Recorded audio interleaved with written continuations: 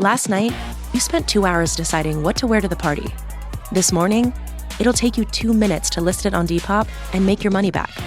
Just grab your phone, snap a few photos, and we'll take care of the rest.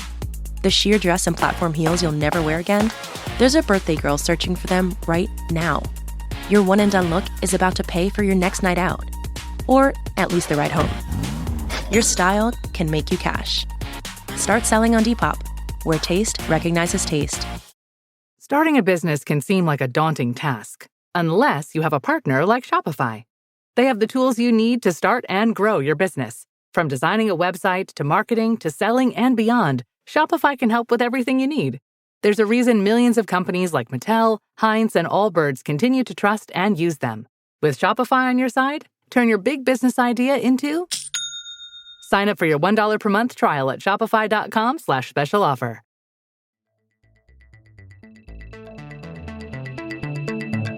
Hello, True Spies listeners. Welcome back. You're joining us as we venture into the vaults to revisit some of your favourite episodes from our collection. We hope you enjoy this classic True Spies rendezvous. We think it's well worth catching up with. This is True Spies, the classics, from Spyscape Studios. Incoming transmission. Welcome.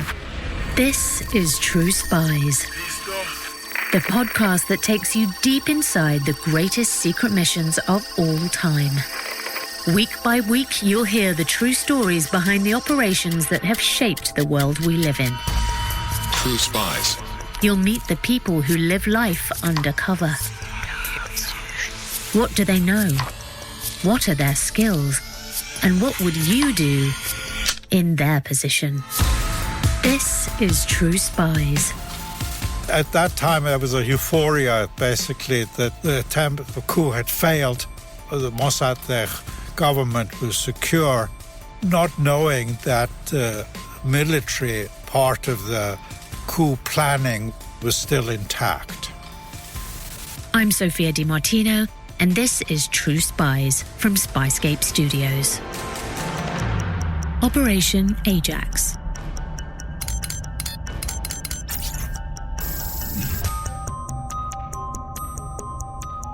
In the midst of the Iranian Revolution in 1979, a tell-all memoir hit American bookstore shelves. Its author was a former CIA officer called Kermit Roosevelt, Jr. Kermit Roosevelt, who had been in charge of the CIA mission in Iran, Roosevelt was able to mobilize great number of influential people in American politics to get the CIA to let him publish his memoirs. He hoped to then get a Hollywood contract to film this successful, so-called successful exploit in Iran. That exploit was a coup carried out by the British intelligence service, MI6, who called it Operation Boot, and the Americans, who called it Operation Ajax. Their interests were separate, Roosevelt writes. The British wanted Iran to reverse its decision to nationalize its oil industry. And the Americans? We were not concerned with that, Roosevelt writes, but with the obvious threat of Russian takeover. 40 years on, the truth behind Roosevelt's claims remains murky. That's where my interest is mainly, is what were the causes of the coup? History isn't written so much as composed. The task of a historian is the work of curating and culling, selecting important moments, framing and cropping a snapshot in time. Sometimes the portrait that gets passed down through the ages gives an inaccurate picture of what really went on. This week's guest has dedicated his career to rewriting the conventional narrative, to set the record straight. My name is Ervand Abrahamian, or in Armenian it's Abrahamian. Well, I was born in Iran and I've been living in the United States since 1964. I've been working on Iranian history, mostly contemporary history. By that I mean basically 20th, 21st century history. Ervand Abrahamian has set himself the task of reframing the stories that have shaped our view of Iran and of the Middle East more broadly. And in the case of Iran's 1953 coup d'etat, Ervand believes that the work begins by taking another look at the narrative of the Cold War. The fear of communism was something that was used at that time, and later on, even now it's used as an explanation, as an excuse for the coup. Because if you actually look at what was going on, the real fear was not that of communism. It was the fear of losing control over oil. This is the story of how the CIA and MI6 plotted and carried out a coup to overthrow Iran's democratically elected leader, Mohammed Mossadegh. Or I should say, it's one story. One version of a story that has been told many different ways over the past 70 years by politicians, historians, the media, and by the intelligence agencies that authored it. This is Ervand's version of events, based on a career's worth of research into the facts at hand. But, like most stories, it's best told from the very beginning. That's where we'll begin, with Ervand's help.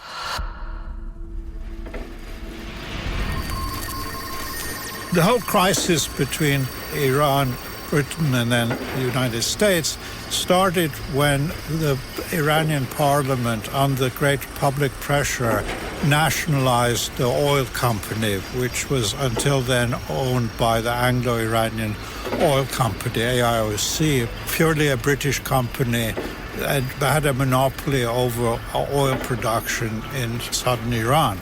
You've probably heard of the AIOC in one guise or another.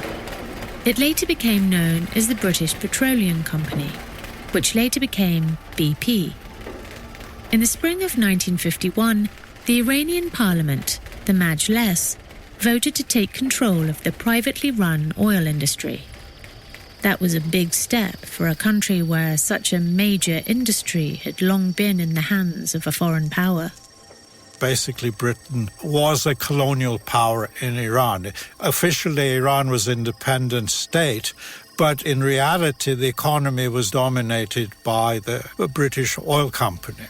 So the nationalization of the oil company was more than just an economic issue.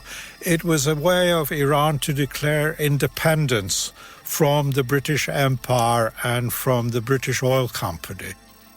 Oil was a symbol of the harm that British colonialism had wrought. By 1950, Iran was producing 664,000 barrels of crude oil a day. But compared to the profits the British were taking, Iran itself was making a pittance. Oil workers lived in shanty towns and toiled under squalid conditions. And while Britons abused and oppressed the people of Iran, the AIOC engaged in corporate whitewashing of epic proportions. It claimed to be revitalizing the country's economy and improving its citizens' welfare. And so, says Ervand, when Iran's parliament voted to seize its power back, it was a major statement of autonomy. It was equivalent to, let's say, India becoming independent after World War II. And it was seen, actually, in Iran, the nationalization was as a form of declaration of independence from colonialism. Unsurprisingly, nationalization was not a policy favoured by the British. Recently re-elected Prime Minister Winston Churchill imposed an embargo on the country in the hope that he could bend it to his will. And often the conventional view is, well, this was a British against Iran conflict. But right from April of 1951, as soon as oil is nationalized, the U.S. gets involved. Just as the US had feared a domino effect of country after country falling into communist hands, so too did they fear a chain reaction amongst other oil-producing nations. The real fear, both in London and in Washington, was that if Iran succeeded in nationalizing the oil industry, this would set a terrible example for many other oil-producing countries, many of them that were producing oil for American oil companies as well as British oil companies, that this contagion was spread throughout the world and there would be a drastic shift of power to unreliable third world states like Iran, Iraq, Venezuela, and so on. And this would be disastrous for the West. In Iran, the man chosen to bring nationalization to fruition, the country's new prime minister, was the leader of a pro-democracy opposition party named Mohammed Mossadegh. He was very much a committed liberal. He believed that people should have the right to organize, speak, press, these basic Enlightenment principles of individual rights. And as a lawyer, he was very much wedded to the Iranian constitution. Also, he was quite unique among the aristocrats in Iran that he lived in a fairly simple way, and he was very much against corruption. So he would denounce his fellow aristocrats for being corrupt. As you'll soon learn, some of Mossadegh's liberal policies would one day backfire. But back then, and still today, his pursuit of democratic values drew comparisons to Mahatma Gandhi. Mossadegh was always considered clear, very clean. This is something, of course, the American documents very much accept. What the Americans didn't accept was his commitment to upholding the promises he'd made to the Iranian people. Mossadegh had entered the premiership with the aim of nationalizing the oil industry, and straight out of the gate, the US wanted him to surrender the whole effort. Right from the beginning, the US interest was to persuade Mossadegh to basically come to an agreement where oil would remain under either British or Western companies' control, and true nationalization would not actually be implemented. They tried to persuade Mossadegh to accept the formal nationalization without real nationalization. So that as long as the oil company is called National Iranian Oil Company, but that company would not actually run the oil industry would be run by the Western companies, he refused to accept that. A compromise in name only, Mossadegh wouldn't budge. In the West, the Iranian premier gained a reputation for intransigence. The US was not really playing an honest broker's role. It was trying to persuade or hoodwink Iran to accept something that was not acceptable in Iranian public opinion and, of course, to Mossadegh. And here another problem came for the United States. They hoped to get the Shah involved in removing Mossadegh, not through a coup, but through parliamentary means. The problem was, the Shah of Iran was wary. As the national monarch, his powers were largely symbolic, and according to the constitution, he didn't have the power to dismiss the prime minister. He knew that doing so could have unintended consequences.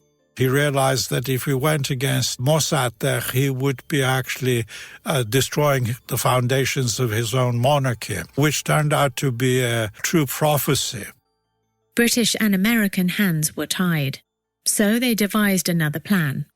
If they couldn't get the Shah to delegitimize the parliamentary system, they'd have to manipulate the system to their advantage, which they were well poised to do.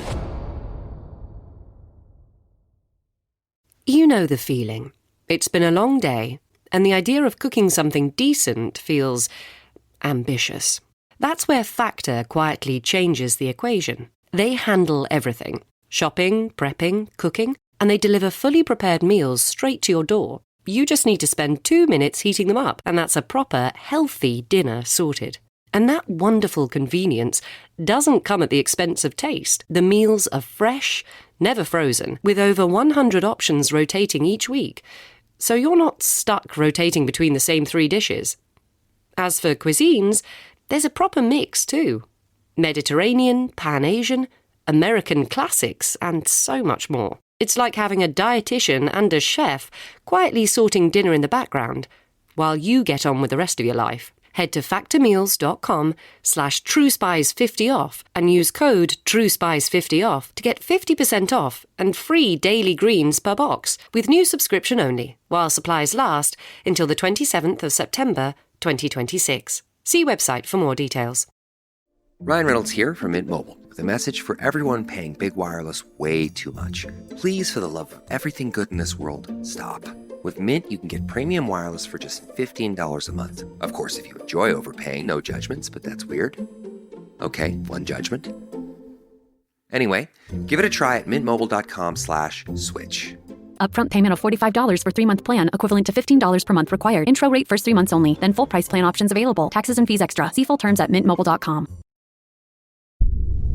Well before the oil crisis, they had been cultivating Iranian politicians and journalists, passing money to influential people who were willing to do their bidding. So they mobilized all the deputies they could and all the influence they had in both American and British embassy to try to consolidate enough votes in Parliament to depose Mosaddegh through the parliamentary means. Naturally, they'd hand-picked a suitable successor. This old-time politician, Ahmed Ghavam, who had been a prime minister a number of times before, he was same generation as Mossadegh, also a product of the constitutional revolution, but a man who, although sort of very shrewd Machiavellian politician, was willing to come to a settlement on the oil issue where he would basically give back the oil industry to the Western companies. Of all the maneuvers the two countries had attempted, this one seemed to have legs. By 1952, they had secured enough votes to make Ravam a likely candidate to unseat Mossadegh. So what Mossadegh did, he realized what was happening politically. He really pulled a fast one. He basically asked the Shah for special powers, parliamentary powers to pass reforms, especially electoral reforms, land reform, financial reforms. And he also wanted to appoint the Ministry of War. This was an act of real savvy on Mossadegh's part. Because although the Shah had long appointed the Minister of War himself, according to the Constitution, that task belonged to the Prime Minister and to Parliament. Mossadegh asked to make the appointment. The Shah refused. So Mossadegh resigned, and the Western powers' desired candidate took over as Prime Minister, but not in the way they had hoped.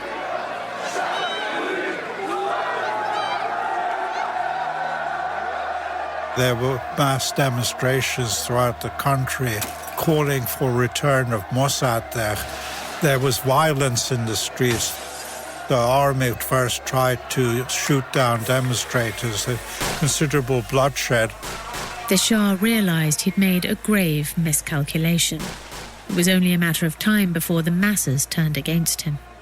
He then withdrew the army from the streets. Ghavam had no choice but to resign, and Mossadegh became prime minister again and got what he had wanted, which was both the Ministry of War and special powers to carry out reforms. After 5 tense days, what would become known as the July Uprising came to an end. Mossadegh was back in the seat of power, but this time with more popular support than ever. Diplomatic maneuvering had failed. Now, the Western spy agencies had to consider other options. And of course, it also led both the British and the Americans to come to the conclusion that the only way they could get rid of Mossadegh was through a military coup.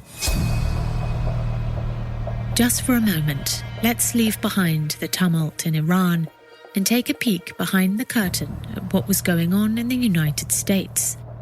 Because in order to make sense of what comes next, you'll need to understand how the CIA understood what was happening overseas. The July uprising had rocked Iran in the summer of 1952. But even though plans to stage a coup weren't launched until later, it's safe to say that they were well in the works. They had been pushing and talking about a coup as early as April 1951. As soon as Mossadegh had become prime minister, people had been talking about the only way to deal with the situation was through what the British thought was the right way, was a military coup. Ervand says that there was a split within the US leadership and intelligence service over how to proceed in the Middle East, fueled by McCarthyist anti-Soviet tensions.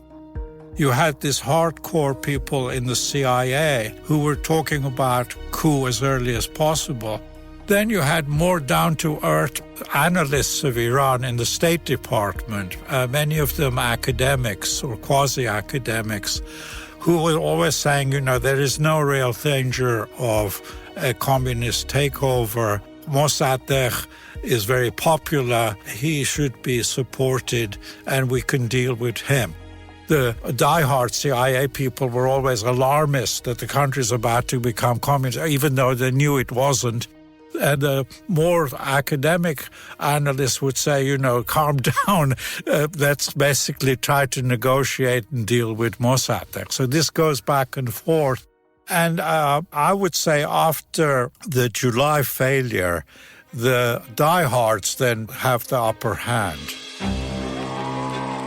In the autumn, Republican candidate Dwight D. Eisenhower won the US presidential elections in a landslide victory.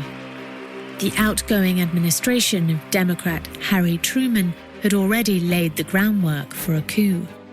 So when Eisenhower was inaugurated in January 1953, Eisenhower appointed Allen Dulles as the director of the CIA and his brother, John Foster Dulles, as Secretary of State.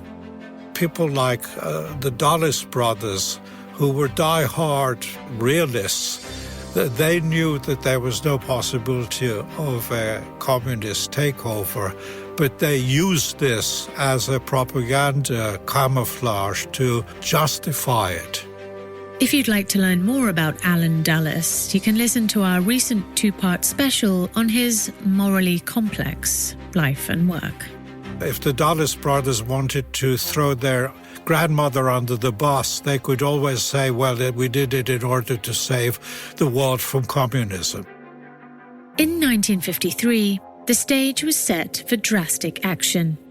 The new administration was ready to take out Mossadegh by any means necessary. April 1953. Mossadegh remains Prime Minister. Who owns Iran's oil is a matter of fierce contention. But the Iranian economy, buoyed by its agricultural sector, continues to truck along. As long as the harvest was good, the weather was good, it actually did okay. There was some austerity, but government officials, civil servants got paid. Iran had some reserves, gold reserves it used up. It managed to tug along. But in Tehran, the atmosphere was tense, because behind the scenes, Western forces were ramping up their efforts to steer public opinion in their chosen direction. The press, especially the newspapers funded by the CIA and MI6, constantly built up this mood of crisis, that the economy was going to collapse, people were going to starve and so on. And this created, I would say, concern in the public, especially in the cities. Negotiations over the nationalization of Iranian oil had stalled, much to the chagrin of the US and Britain, and those two countries had control of the local narrative. It's interesting, there were a number of, some 30 newspapers in Iran, Almost all of them were funded by the British or the Americans, and all of them basically were trying to undermine Mossadegh. And Mossadegh, being a constitutionalist, was not going to close out all these papers. He felt that they had the right to criticize the government. But so the mood was in the street of instability. That was the very same narrative that was being exported around the world.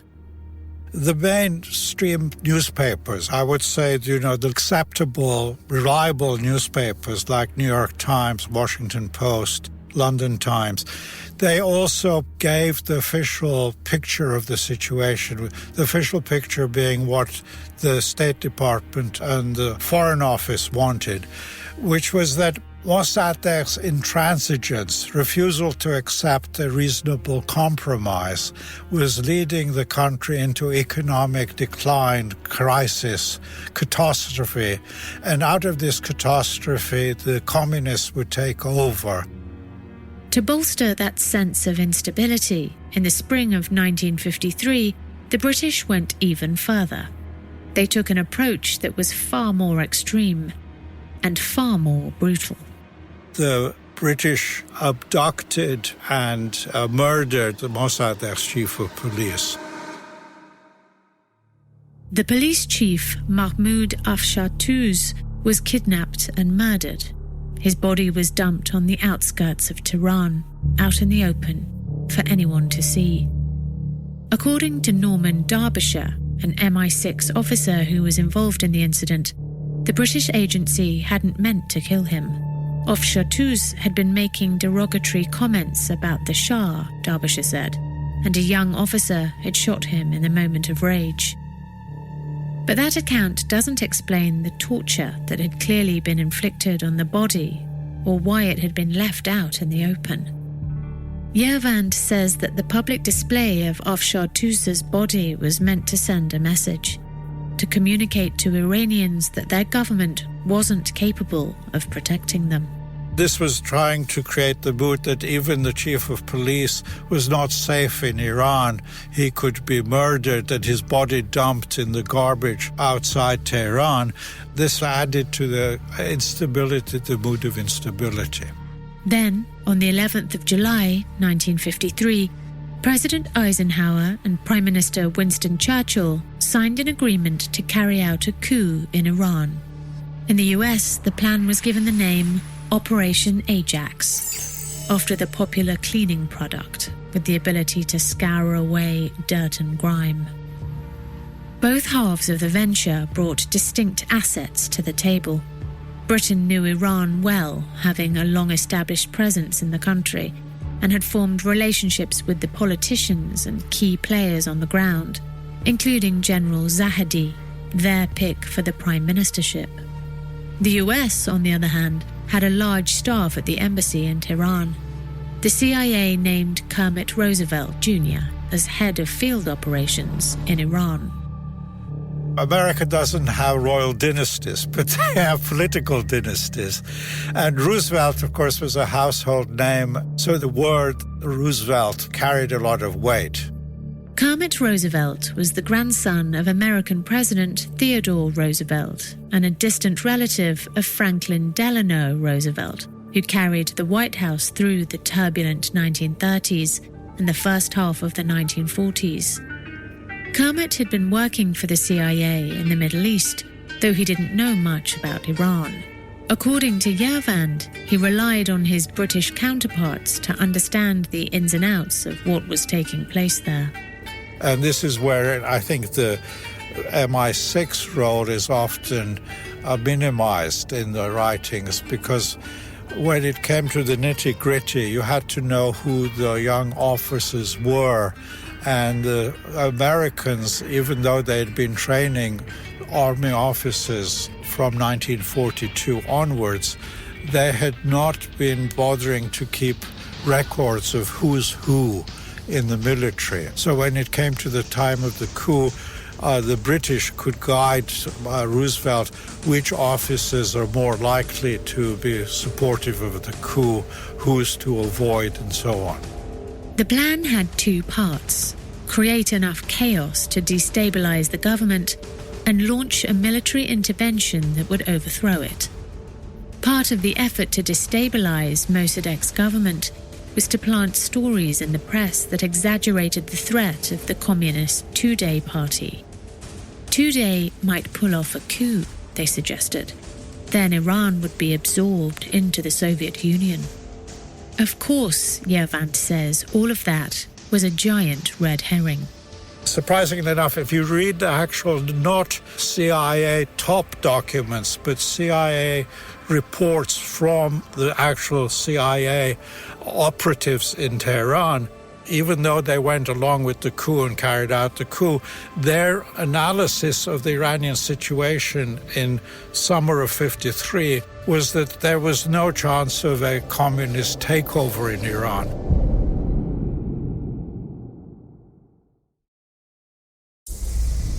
There was one key character Roosevelt and the coup planners still hoped they could manipulate: the pro-American and pro-British Shah of Iran. Involving the national monarch would lend an air of legitimacy to the whole unsavory plot. But the Shah was reluctant to do that. He said if he went against Mosaddegh and oil nationalization, he would be delegitimizing his monarchy, the whole system. And he refused to actually work against Mossadegh initially. But the two Western powers insisted that if he didn't agree to play ball, they'd move forward without him. And they suggested that they'd cease supporting him if they did so. Backed against a wall, the resistant Shah finally relented and agreed to go along with the plan. The plan was to be carried out in mid-August. It would hinge on the participation of the Imperial Guards, the most royalist branch of the military, loyal to the Shah. The commander of the Imperial Guards would present Prime Minister Mossadegh with a decree from the Shah, removing him from office and appointing General Zahedi in his stead. The execution of the coup relied on a dubious interpretation of the Iranian constitution. According to the Iranian constitution, the Shah's decree or farman was purely a formality. The parliament had to first nominate the prime minister, and then the Shah would then give him the farman. But here they were making a mockery of the written constitution. They were claiming that the Shah had the power to actually make and unmake prime minister.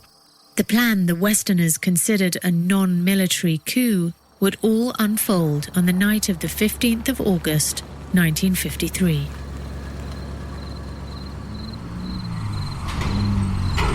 The chief of the Imperial Guards, Colonel Nasiri, would mobilize a number of Imperial Guards from the palace. They would drive with trucks. One convoy would go to Mossadegh's home, arrest Mossaddegh. The same convoy would also arrest the main ministers, pro-Mossadegh ministers. Another convoy would go to the Chief of Staff offices and occupy the Chief of Staff. The operation went according to plan at the start. But when Colonel Nasiri reached Mossadegh's home, he was surprised to find that Mossadegh had been waiting for him, with 4 tanks, just in case. When Nasiri came to Mossaddegh to present him with his dismissal, Mossaddegh said this can't be true. The Shah doesn't have the power to do that.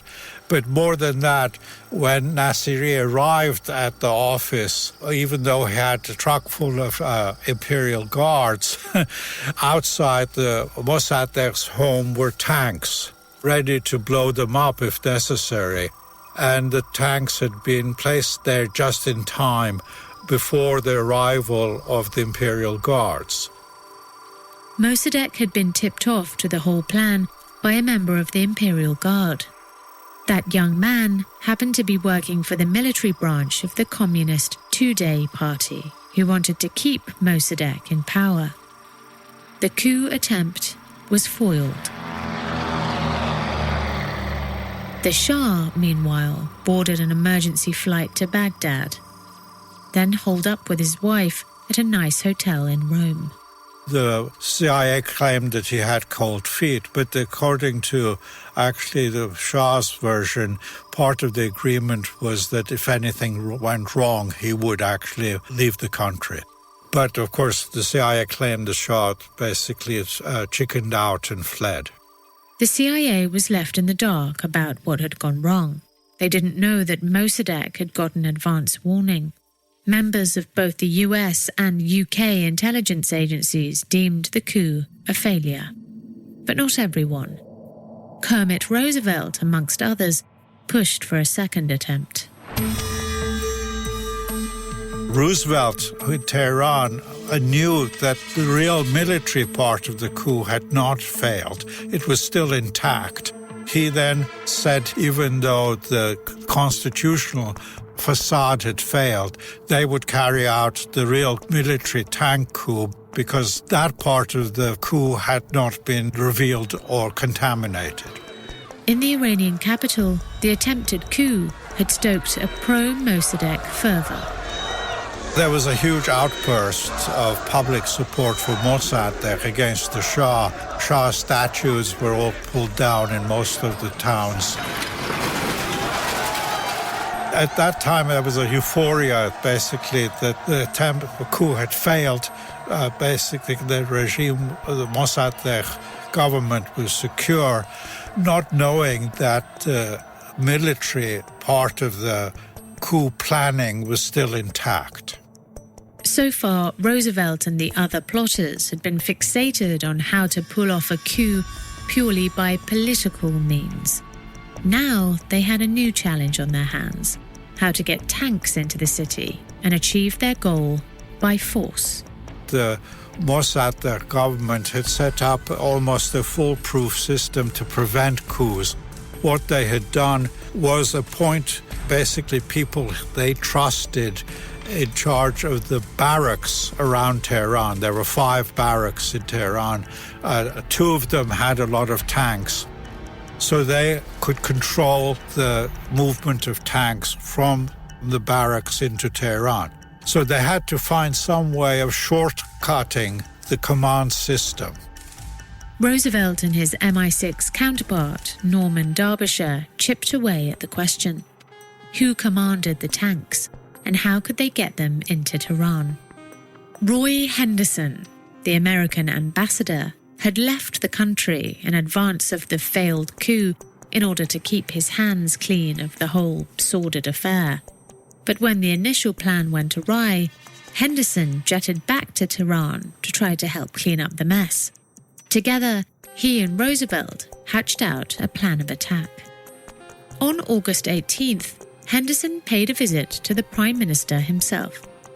And told Mossadegh that the US would completely withdraw from Iran unless Mossadegh established law and order in the streets of Tehran, because the demonstrators, the mobs were threatening Americans, threatening the embassy, and the US couldn't feel safe in Iran unless there was law and order. So this was sort of an ultimatum to Mossadegh that he had to clear the streets of any demonstrators. Not only that, Henderson told him that the US would stop recognizing Mossadegh as the head of the Iranian government. He even went so far to suggest that the Shah had dismissed him as prime minister, raising the question of whether Mossadegh lawfully held his post. But on the other hand, if the prime minister put an end to the demonstrations, Iran would receive financial assistance from the Americans. Mossadegh, of course, knew the Shah didn't have the authority to remove him. But later, he said that he felt his authority was being undermined. And if the US stopped recognizing his legal role, things could only go from bad to worse. Henderson was pressuring Mossadegh to re-establish law and order. But eventually, of course, to re-establish real law and order, you would have to bring the tanks in. And this, again, was very much part of the coup strategy. Mossadegh folded. He called for a ban on demonstrations and asked the army to shoot at the rioters if necessary. And around 32 tanks were dispatched from their barracks to re-establish law and order in Tehran. Meanwhile, CIA and MI6 would contribute to the chaos. They would hide behind a group of nefarious local actors and throw the metaphorical match that would light an oil fire. The way it was designed was to create uproar, hire thugs who were in the pay of one conservative religious leader, Ayatollah Behbahani, to come out into the streets, to beat up people, burn offices, threaten the bazaar, and create an uproar.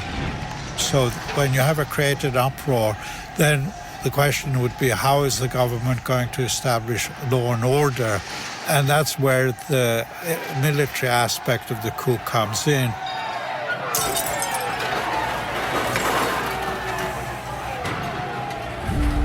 Those tanks that the coup plotters had kept outside of Tehran were now being driven into the capital city by royalist officers under the guise of re-establishing law and order. But of course, Roosevelt and the coup strategists knew once the tanks were in Tehran, then they could go and head towards Mossadegh's home and the other strategic points. They weren't interested in the mobs in Tehran. They were interested in the power centers. And what seat of power was stronger than Mossadegh's own home?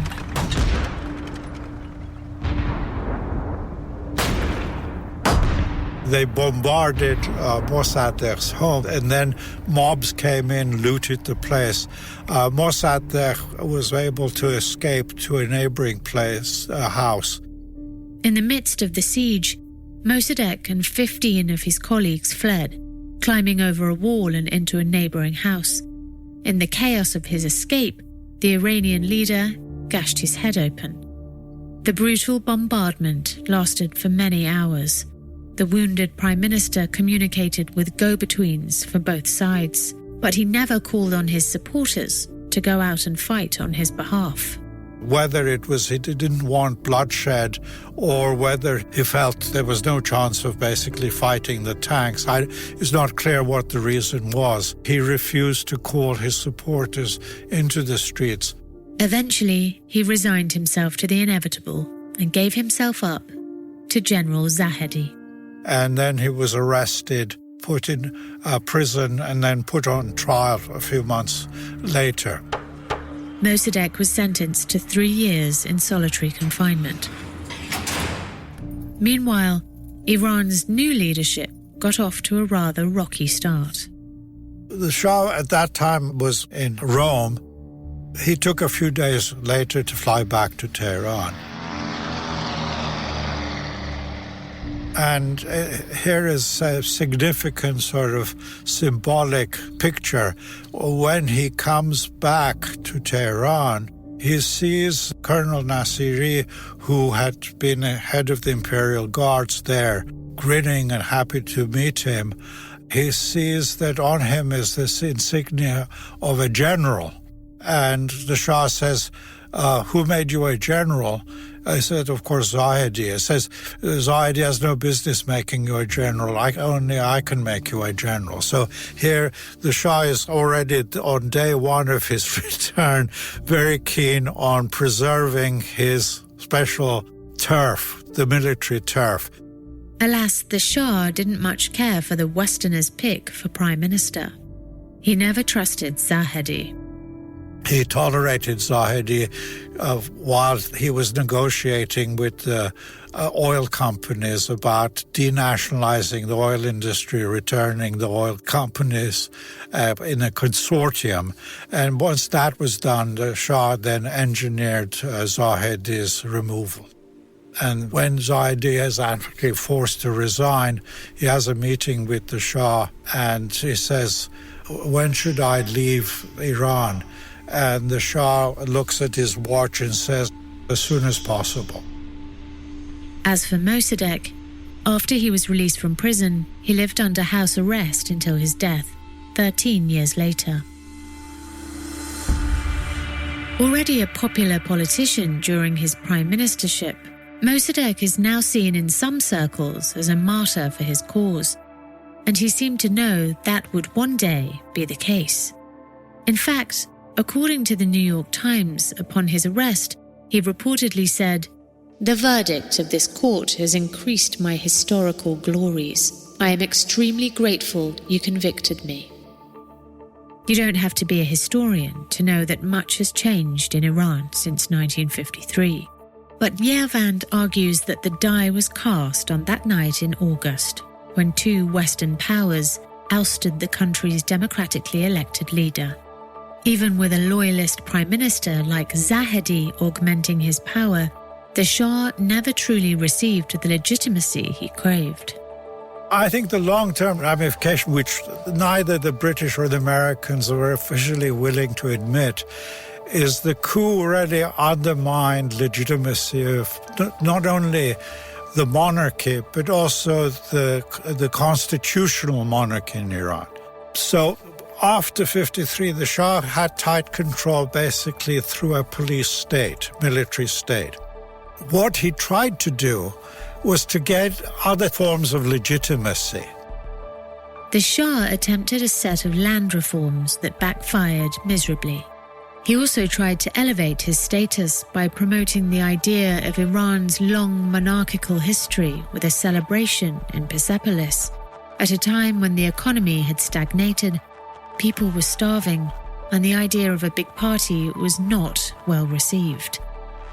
Ervand says that when, in 1978, Iran erupted into revolution, the sea change was a direct consequence of the events of 1953. Of course, it was an Islamist, not communist, revolution that rocked the nation. It wasn't until 60 years later that the US formally acknowledged its role in overthrowing Mossadegh. The country still places blame on the spectre of communism. Ervand remains unconvinced. And as for Britain? They won't comment on the coup. Though there's some leaks, memoirs and leaks, an interview with Norman Derbyshire about the coup. But officially, the British position is to remain numb. Ervand says there was a concerted, engineered effort on the part of the British not to let the facts of the coup be seen or revealed. But to someone who spent his life poring over leaks, memoirs and other documents, the denial seems almost absurd. Which brings us back to Kermit Roosevelt. Kermit Roosevelt was allowed to publish his memoirs, even though the CIA did everything to stop it.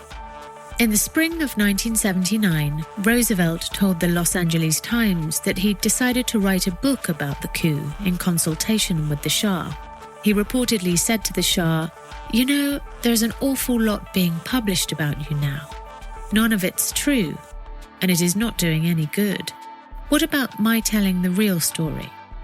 The CIA was not thrilled at the prospect of a tell-all. But declassified documents now show that Roosevelt made changes to the book at the agency's request, and the CIA considered the manuscript that went to press a work of fiction. The real story is out there. Ervand says, you just have to keep your eyes open. In 1978, when the Iranian Revolution was in full swing, there was a Labour Party conference. And one Labour Party member, I think he was a member of Parliament, sent a memo to the Foreign Office saying there's an Iranian here who claims that the 1953 coup was engineered by the MI6. Is there any information about this? So the Foreign Office sends a young intern to go through the files and to see what they have. And the young intern comes back and says, I can't find anything about the coup in our records.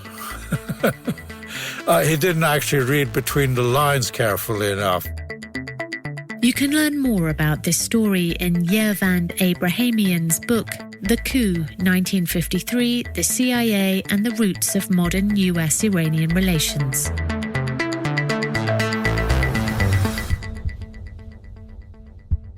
Thank you so much for tuning in to True Spies, the Classics, from Spyscape Studios.